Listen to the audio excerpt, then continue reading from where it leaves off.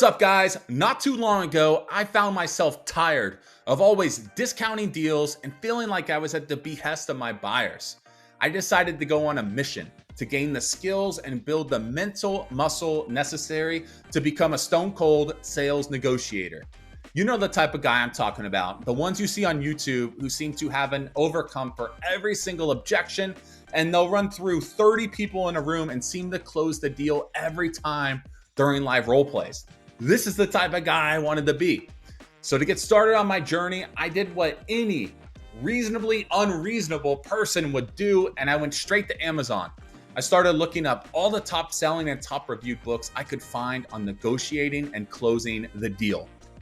Now, right before this, I had read a book by Jeb Blount on objections. I love this thing.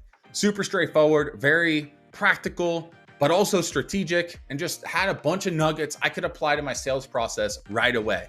I actually love this book so much, I started enrolled in his online sales training program, Sales Gravy, which I am not affiliated with at all.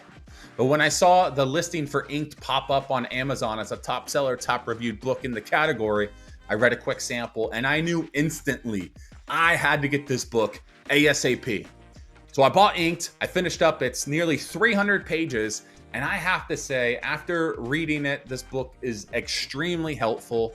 It includes a great blend of strategies and tactics that I have already started to and plan to further incorporate into my own sales arsenal.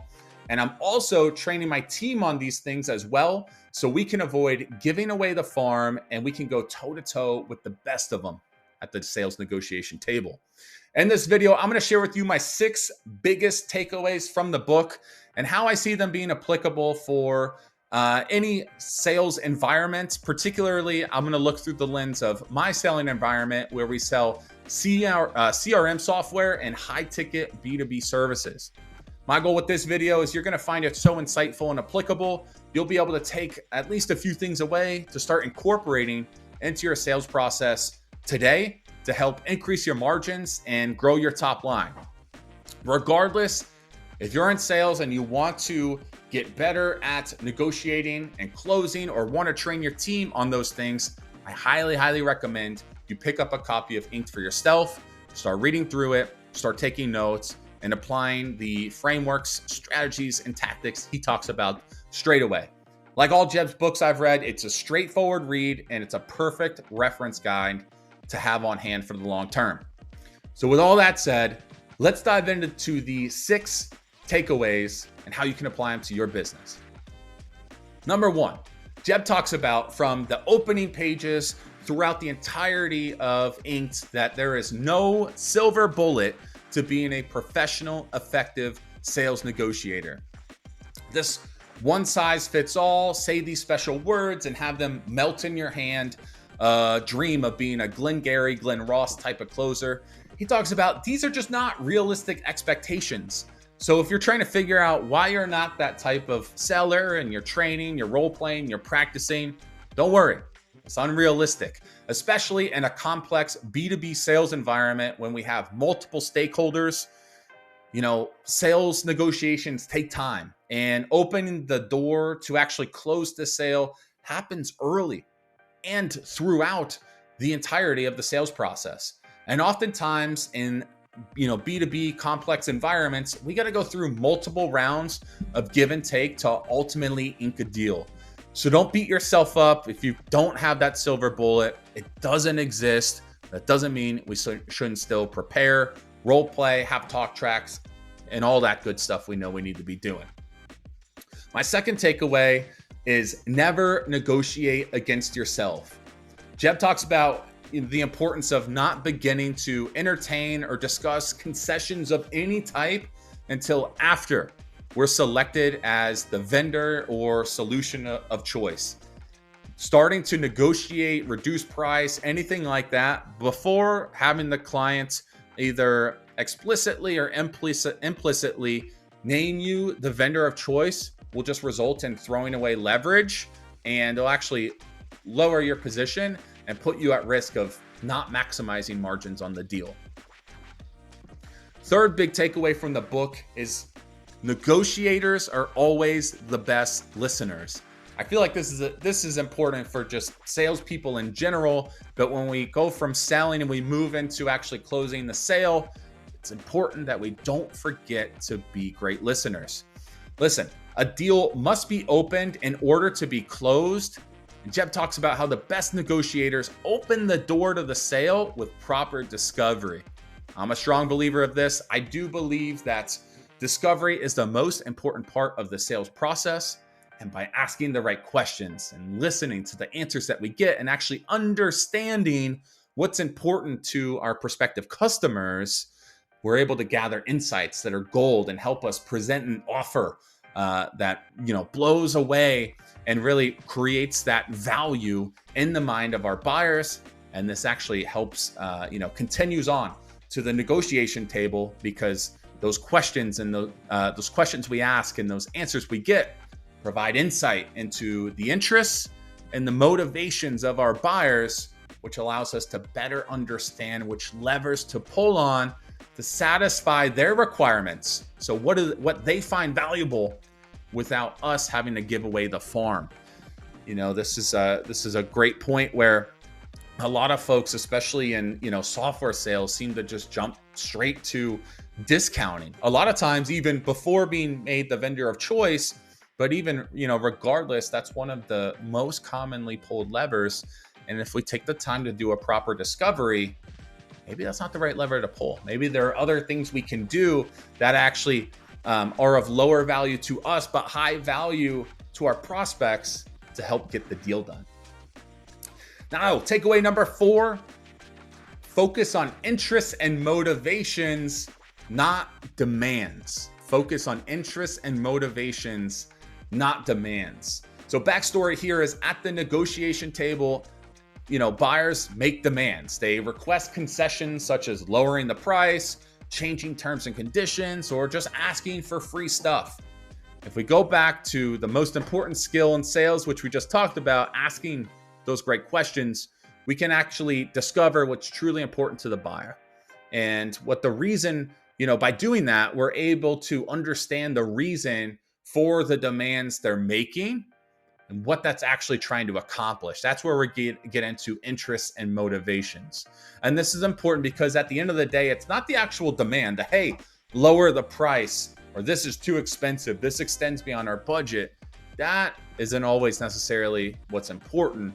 It's actually that we satisfy the underlying interests and motivations of where that demand is coming from. When we solve those, we actually get deals done with our buyers. Takeaway number 5, Jeb says, hey, never give without taking. This one's huge. I see this happen all the time. I'm myself very guilty of this. And, it's like we just want to get a deal done. We got the pressure of quotas. We got pressure of our managers or CEOs. And, we're just, hey, listen, somebody gives me a budget. We're right there. If I can just make that happen, let me just give this. I'm not going to take anything in return. And, let me try to get this deal done. This one hits home with me, and I really love Jeb's perspective on it. He talks about how during the process of closing a deal, concessions represent an exchange of value or leverage between us, the sellers, and the buyers. And as a salesperson, it's our responsibility to negotiate concessions that retain the largest amount of value and profit for our company, all while preserving the relationship with our soon-to-be customer. So in order to do this, the first step is simple.